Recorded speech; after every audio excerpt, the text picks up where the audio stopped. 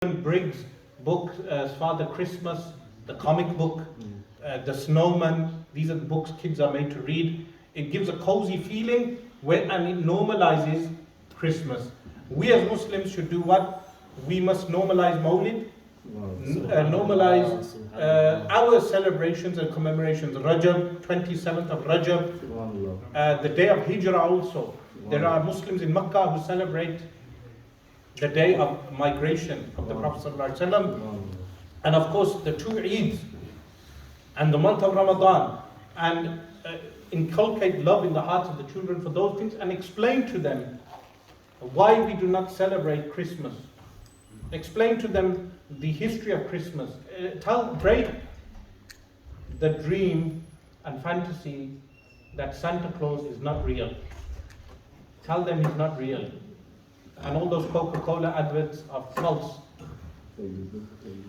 Now, coming to a question that I read in a book called The Travelling Home, by Murad, he had a statement, and then I made a question out of the statement. So he predicted that liberal democratic Europe and openness is in decline. And this was more apparent due to the pandemic. So my question is, how should mosques respond? And secondly, what should a mosque do to be more open to the community? And there's two things. One is the decline of liberal European openness. Europe was never liberal. Europe was never liberal. Any claims to being liberal are false. Look at France and the history of France. The most tolerant may be Germany, but I believe Britain is more liberal than mainland Europe. So as Muslims living in Britain, we should thank Allah subhanahu wa ta'ala. We live in a country which is better than mainland Europe. The openness, I believe also, the people who live in this country, meaning there's no such thing as indigenous Britons. No such thing, because you have Anglo-Saxons. Prior to them you had the Celts, and after the Anglo-Saxons you had the Norman invasion, and then you had the Pakistani invasion of 1950. Yes, and the West Indian invasion. So West Indians are Pakistanis and Indians. We have become a part of Britain, so we are now British. Yeah. Whether people like this or not. Not Pakistani, not Indian, not Bangladeshi. No, we are British, because Britain as an identity is not a racial identity. Even though people claim it as such, it's not a racial identity, historically speaking. It's an amalgamation of various bloodlines. Even the Queen, her ancestry goes back to Germany. Yes, so they changed the House of Windsor. What was the House of Windsor known prior? A German name.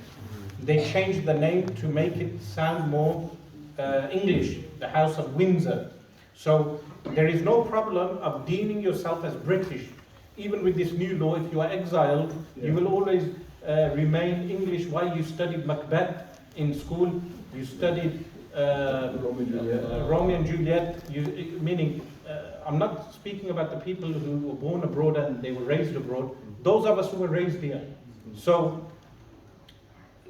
the English, Scottish, the Irish, who are always ignored, they are open to Islam. Shall I tell you the problem? The problem is us Muslims. Why do I say this? If we acted upon our faith, we would be like those Indonesians, we would be like those Yemenis who went to Indonesia and Malaysia, and they went to Gujarat in India, and people only accepted and adopted Islam because of their honesty. They were honest in trade. When they saw the honesty, they accepted Islam. We've been here for some of us have been here from the late 1800s. The Yemeni community, some of our Kashmiri community have been here from the early 1900s. Some of us came in the 1930s, some of us came in the 1950s. One of our committee members, Ajirano, is not here today. He's been here since 1950s. Yes, so my family was here from the 1950s also. He met Mufti Ahmad Khan Naimi in London when he visited in Pakistan. So the point being, that if we acted upon our religion like the Yemeni traders, the population of this country would be open to Islam. So this is where the role of Sufism comes. That how many Sufi masters entered India and the people of India adopted Islam in their thousands. In Ajmer, yes, and in Lahore and other places. So where are all those people in the United Kingdom? How can we do that in the UK? So if we comes or someone like you proposes, well, how can we adopt those principles in the UK? It's firstly by purifying ourselves inwardly and outwardly. Meaning the ruh has an effect. The ruh of a person has an effect. So there have been people in the past who have made many English people adopt Islam. Recently I went to Khatm al-Quran for the late Shaykh Abdul Qadir al-Sufi, rahimahullah, passed away. Sunni Muslim. His book is on Sufism. He has numerous books. He's a Sufi Shaykh. I see your post and I bought the book, Sufism, his book. Yeah, it's a very thick book. So he went to, he passed away recently, and I went to his Khatm al-Quran. I was invited by some of what they refer to as fuqara, which is the murids. The Khatm al-Quran was held in Bradford Masjid, in one of the masajid constructed at the order of Pir Maruf Sahib. Yes. When I entered the masjid, what I observed is firstly the masjid was full with mainly English, meaning what we say white Muslims. Yes? White Muslims, mainly. They sat in a circle and they done dhikrullah. When they finished, Salatul Isha time came in. Salatul Isha time came in, many of them were young men. So people were making the rows at the front. Some of the young people, what do young people do? Young people talk. People were talking. One of the elderly men from the Pakistani community shouted at them in a really loud voice that people became frightened. Yes? At that point, I went and complained to the masjid committee about the old man. Firstly, how accommodating are our masajid to English-speaking Muslims? Not accommodating at all. Secondly, we've had a Khatm al-Quran, their guide, their Shaykh has passed away. A person must show more empathy and appreciate the fact that they've utilized one of the main masajid in Bradford for the Khatm al-Quran and be accommodating and welcoming. But this old man shouting at them, in fact, I was more offended than them. And it happens many times with younger people, like younger people sitting at the back, they're talking. Should we shout at them? The answer is no. They are young people. Meaning, in fact, many of them hearing this might feel embarrassed and stop talking. But the point being that we should be happy these young people are even in the masjid. Yes? Let them talk. The fact that they are in the masjid, we should appreciate that they could go to Manchester, the famous road, Wilmslow Road, and do haram. Or go to other places in Manchester and do haram. But the fact that they are in the masjid, this is why sometimes I say to some of my students, you people are awliya. Awliya of Allah, and they become surprised. And I say, as long as you're praying your 5 daily prayers, respecting your parents, not doing any haram, you're awliya of Allah. They say, how? I said, living in a free and open society, you choose to attend classes. Yes? So we should appreciate these young people. So with regard to English Muslims, how accommodating are our masajid towards English-speaking Muslims and non-Muslims? I say English-speaking because now with the new generation, you will have brown-skinned people who do not know Urdu, Mirpuri, Patwari, Punjabi, Sindhi, Balochi, Bengali, Hindi. Yes? and any other language. They will only know English, so they are English Muslims. So how accommodating are our masajid in the English language? This is very important. This is why even when I entered and you were speaking in Urdu, I observed that there were odd few people who do not know Urdu. So I said, why is he speaking in Urdu? The language of the masjid in this country must now be English. The majority of the activity must be English. Now for many years, 7-8 years, I delivered English lectures in a very famous masjid in Birmingham, Ziyar Quran Masjid, on St. Saviour's Road and Boyer Road. Very famous masjid. Some of the old men complained. They said, why, and these old men were in their 70s, 80s and 90s. Why is he speaking in English? So another old man said to them, why are you wasting away the new generation? That you will have an imam, he speaks in Urdu, but your younger children will not understand, eventually they leave the masjid. So never mind just opening the masajid to English Muslims, what about the younger children who are from minority groups? We must accommodate for them in the English speaking language. So the first step, answering your question, the first step in dawah after tazkiyah is doing everything in the language of the people. Unless you're such a wali that you can go to a place and impress the people with your piety to such a degree they all become Muslim without you communicating. Yes? So the first step is communication. First of all, a very beautiful answer of you about young people as well as the answer of Mavisab.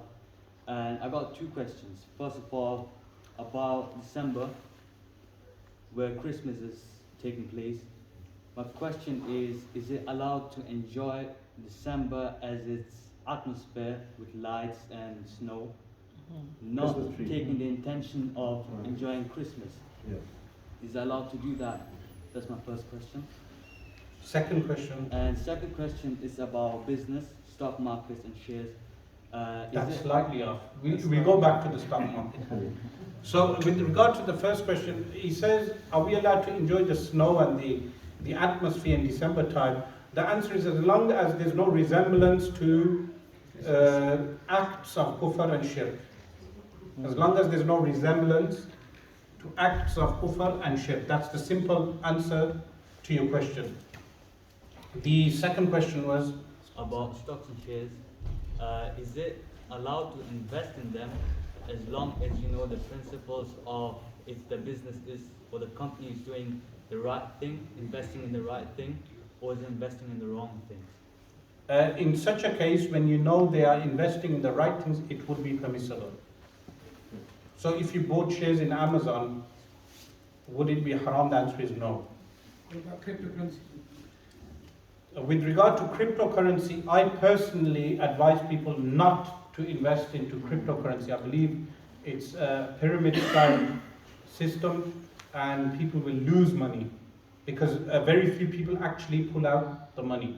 So they wait for the currency, the value of the currency to increase, but then suddenly the currency will crash and they lose their money. I said, I'll come back to the honey. Assalamu alaikum. I just want to ask a question. People say that you're not allowed to read Namaaz behind the other figures, such as Deobandi or whatever. Are we allowed to do that, or if we do it, is our Namaaz be done or not? The question is, are we allowed to pray behind other firaq sects? Are we allowed to pray behind Deobandis? The answer is, if you were allowed to pray behind them, why have we made our own masajid? We should all have one masjid. Yes. If we were permitted to pray behind Wahabis, then we should have one masjid with them. But why have we made our own masajid, Ahl Sunnah wal Jama'ah masajid? The reason why we have made Ahl Sunnah wal Jama'ah masajid is so our prayer is correct. Now the problem is that some of them even wipe upon their socks before in wudu. According to us, the salah is not done. Likewise, the Shia, they wipe upon their feet. they wipe on the feet, they don't wash the feet. So according to us, the salah and the wudu is not done. So therefore, we have our own Ahl Sunnah wal Jamaat masajid in which we pray. Yeah, but obviously, you said two different things. But if we've done the wuzu properly, like you said, we wash our feet and everything, but we stand behind them, they are reading the same Quran and everything. So where are we standing there then? So your knowledge of the sect, how much would you say you know about them? You personally? Not much. You don't know much. So your ruling would differ from mine. Because I know so much, my ruling is different. But your knowledge, I gave this answer on live television. Someone an imbecile made some issue about this. So I will clarify this in detail. That is, for instance, Haji Sahib, I come across a lot of lay people like yourself. And they say to me, all we know is that we are Barelvi and they are Deobandi. And we don't know anything more than this. Isn't that the case? If that's your state of knowledge, first it's incumbent on you to learn more knowledge. Yes? So the answer I'm going to give you will be different to the answer I give Hafiz Sabiya. Because he has more knowledge regarding this issue. Do you understand that? Yeah. Subtlety. So there was one imbecile. He attempted to say, I permit people to pray behind all the groups. I do not say this. I live in the real world. So I deal with various types of people. So I said, you are asked according to your level of knowledge. So the answer I'm going to give you, Haji Sahib, would